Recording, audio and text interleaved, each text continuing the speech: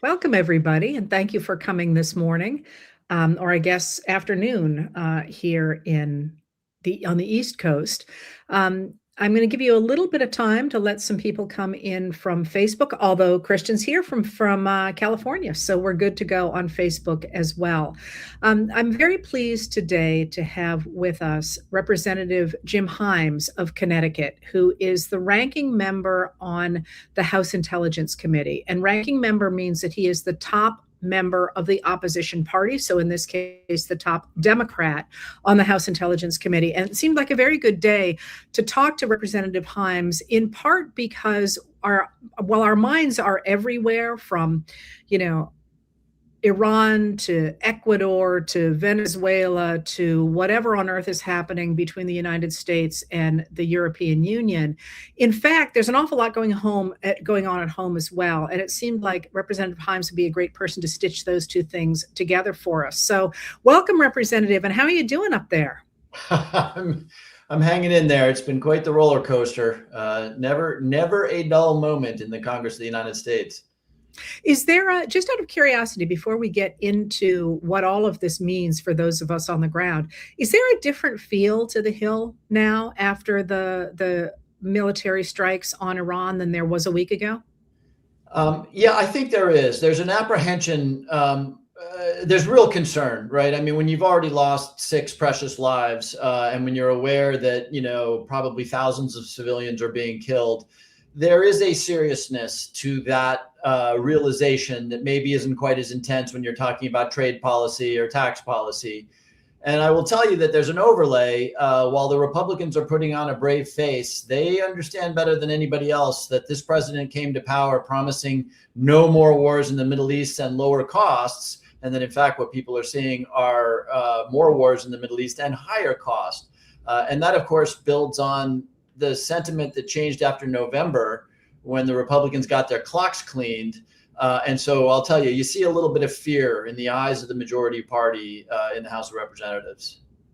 Well, we're talking a lot about how we appear to be at war without any kind of a declaration by Congress that we should be there, including now without an authorization for military force. And yet both the House and the Senate Republicans have refused to rein the president in on that front.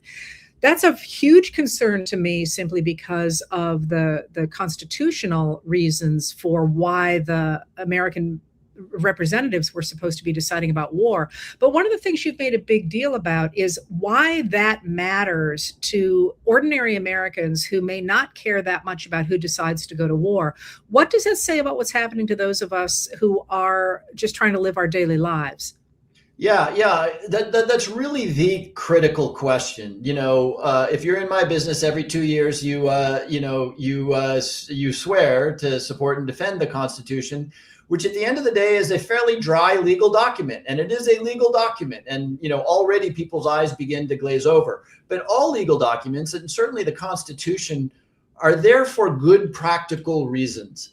And our framers, when they made it very clear in Article 1 that Congress would debate and ultimately authorize any war, did that for a fundamentally good reason, a historical reason, because they, of course, had watched kings in Europe for hundreds of years impoverish their country with vanity campaigns to go up against Catholic France or whatever. And the point is, at the end of the day, it impoverished people and it indebted nations, and it led to, tens of thousands, hundreds of thousands of deaths that didn't need to occur. So our framers had a pretty good concept underneath this dry legal language, which is when a government is going to make its most consequential decision, and this is its most consequential decision, the representatives of the people should debate it and ultimately say to the king or the president or the executive, whoever it might be, you have our permission. And, already, not even a week into this war, Americans are going to the gas pump and they're seeing on average a 30-cent increase in gasoline prices. Already we've lost 6 precious Americans. Already, the economy of the region has been thrown into chaos, and tens of thousands of people in the Gulf and in Israel can't get out. And so all of these things are the reason that our framers in the late 18th century said Congress should debate and approve. So pay no attention, quite frankly, to a bunch of Republicans, including the speaker, saying, oh, well, this is not a war. Now, I mean, that's almost embarrassing to say. pay attention to the concept, which is we are doing the most consequential thing a nation could do at the decision of one, and I'll just say it, erratic and dyspeptic person, rather than subsequent to deliberation by the representatives of the people. So I 100% agree with that. And one of the numbers that jumps out to me and was all over the news yesterday is that we are spending $1 billion a day on this particular project without really discussing the other places in which the administration has involved the American people in military actions since Donald Trump took office. And that seems to me a real statement about what the United States is becoming when we're not funding healthcare, we're not funding transportation, we're not funding any of these things. And yet we can suddenly find $1 billion a day to strike Iran. Yeah, and I think at the end of the day, it's going to turn out to be at least twice that, $2 billion a day, maybe more. And that's not even taking into account the reservists who aren't at their job. It's not taking into account, most tragically, the lives that will be lost. It's not taking into account the costs that could be associated with what happens when the Iranian regime decides to activate their terror cells around the world, including potentially in the United States. I mean, I don't know if you caught it, but the president was asked, is it possible that there'll be terrorism on American soil? His answer, the president of the United States, was, I guess. And so, yeah, you outlined the traditional left-right argument in this country, right? The left has traditionally said, come on, let's spend it more on nutritional assistance and education and infrastructure. And the right has said, no, we want a government that, you know, is very, very small and basically defends the country. So that's a traditional argument. What is not traditional, even if you look at Vietnam or Afghanistan, you know, where there was at least an argument to be made, certainly with Afghanistan or with Iraq, there were arguments to be made. This was purely a war of choice. I mean, Iran is a very bad place. The regime, I should say, the regime are very bad people is the way to put that. But that's true of North Korea. It's true of Russia. It's true of a lot of places. And the administration, quite frankly, lied to us when they said there was an imminent threat. The reality is there was no imminent threat. Yes, of course, Iran has been killing Americans in Iraq for a very long time and sponsoring terrorism, but that's been true for almost 50 years. And I mean, what really got my goat was when Marco Rubio, and he said it twice to me, and he said it publicly, says, well, the reason we're in this is because the Israelis were going to attack. And when the Israelis attacked, the Iranians were going to attack our bases in the region. So we had to go. You're a historian, so you know that wars start when decision makers start saying, I don't have a choice. You know, World War I is probably the best example of that. And Marco Rubio's elaboration is basically saying that we're like Liechtenstein. We are reactive, passive observers instead of the most powerful superpower that has ever stood astride the globe.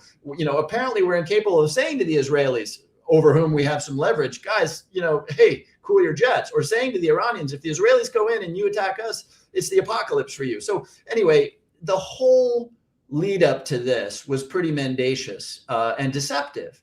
And layer on top of that the fact that the Congress did not authorize it, and you've got a really ugly situation.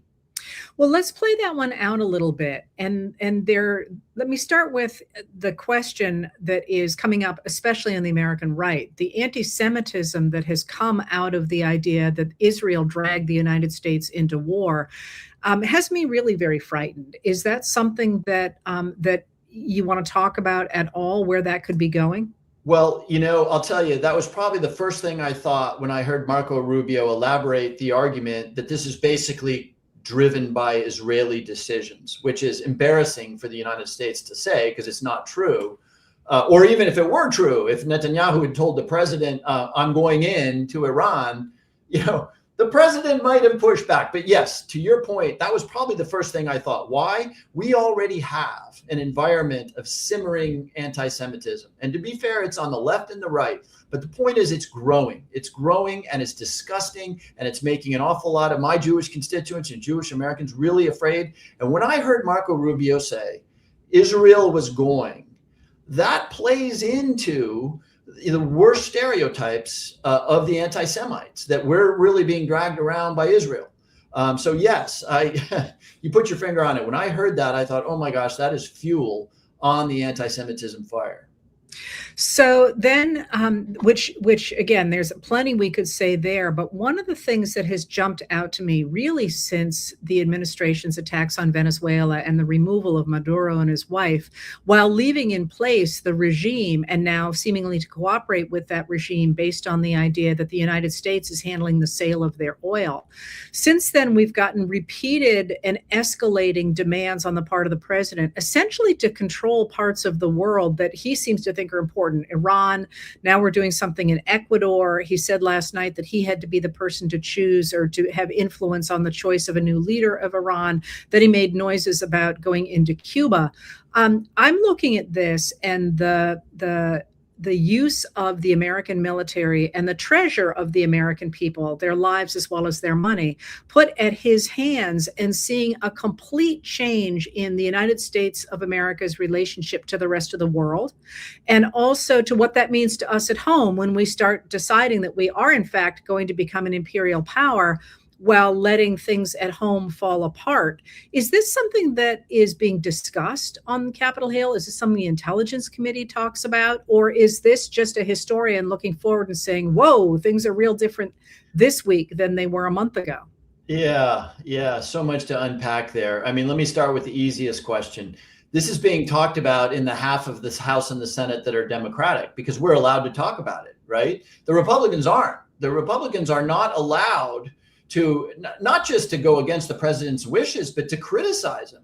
I mean, we got a case study in this. I don't want to spend too much time on this, but we got a case study of this last week when Dan Crenshaw, rootin' tootin' Texas Republican, 96% MAGA, loses his primary because he's not 100% MAGA. And so the president endorses his opponent and boom, Dan Crenshaw, decorated Navy SEAL, veteran, hardcore right winger from Texas is gone. That's the dynamic. So the answer to your question is yes, that's being talked about in the Democratic half of the House and the Senate. But in the Republican half, again, they are still very much of the mind that whatever the president wants, the president gets. To the more substantive question that you ask, substance, the long-term damage that is being done by this concept, it's out of Thucydides, right? The strong do what they will and the weak suffer what they must, which is absolutely the motto of the Trump administration. It's going to have generational reverberations. We're already seeing it, by the way. Our NATO allies are not really helping us in this military adventure in the Persian Gulf. Maybe that's partly because we just spent the last year humiliating them, talking to them about invading Greenland, right? We've actually spent a huge amount of money off the coast of Venezuela. We've probably killed, I don't know, coming on 200 people now to do one thing, which is to change the way that drugs are moved into our country. So what you have is this very performative thing that doesn't really do any good and does a lot of damage. And this is this president's Waterloo, because you know what? He can walk away from Venezuela, declare victory, and who cares? But in Iran, what he said, like, oh, we're going to stay as long as no. You just did something for which there is no taco trade. You can't decide tomorrow that you can put this genie back in the bottle, because if you walk away from Iran now, the likely next supreme leader is the dead supreme leader's son, who is more radical and more intent on a nuclear weapon than his father was. Maybe you have a civil war. You have created chaos. As Colin Powell used to say, you broke it, and you just broke something very dangerous adjacent to the routes that supply a quarter of the world's energy. So this is his Waterloo. He's not putting this genie back in the bottle. Well, so how does that play out? I mean, one of the things that I'm watching very closely is what seems to me to be the mental breakdown of President Donald Trump.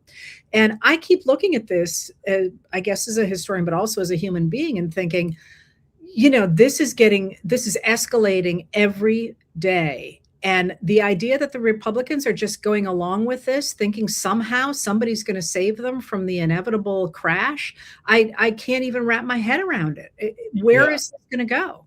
If you look at this, if you sort of strip away all the performative stuff, all the Iranians need to do, and they understand this, they're vicious people, but they're not dumb. All they need to do is keep the price of oil very high, and that it's easy for them to do that.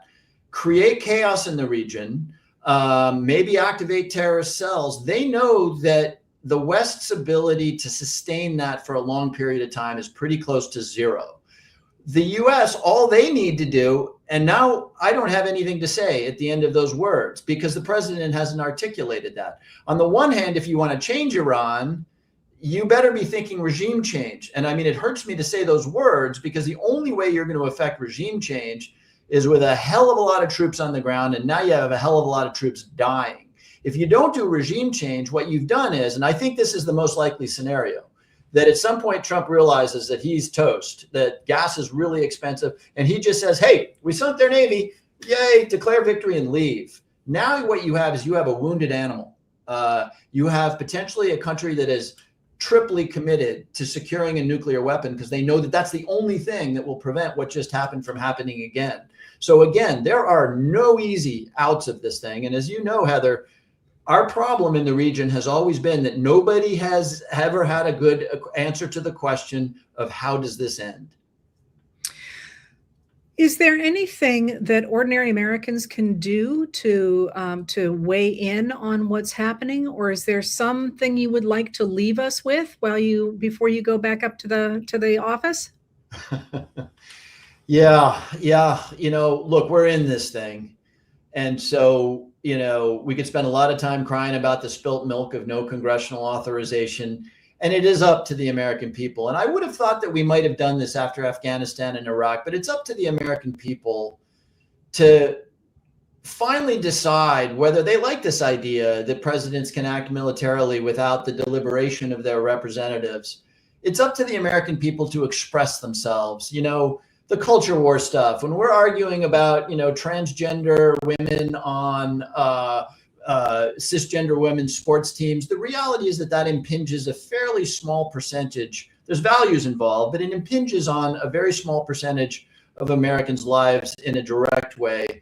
But again, with gasoline prices going through the roof, with the economy likely suffering a blow associated with high energy prices, with American troops dying in the Middle East, every American needs to just remember that their political decisions and their political reasoning elects the people who are in the Oval Office and in my job, and you really got to take that seriously. It may be very fun to go on, Instagram and get all riled up by your favorite extreme liberal or extreme conservative talking head, but now we're talking about very real stuff. And there are obligations to citizenship that I would encourage the Americans in the context of this incredibly serious thing we've gotten ourselves into to encourage them to remember.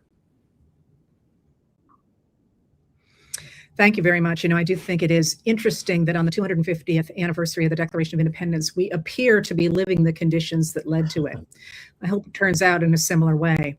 Thank you so much for being here, and I hope we get to do this again soon. Wonderful. Thank you so much. Good luck to you. Thank you for being here, everybody.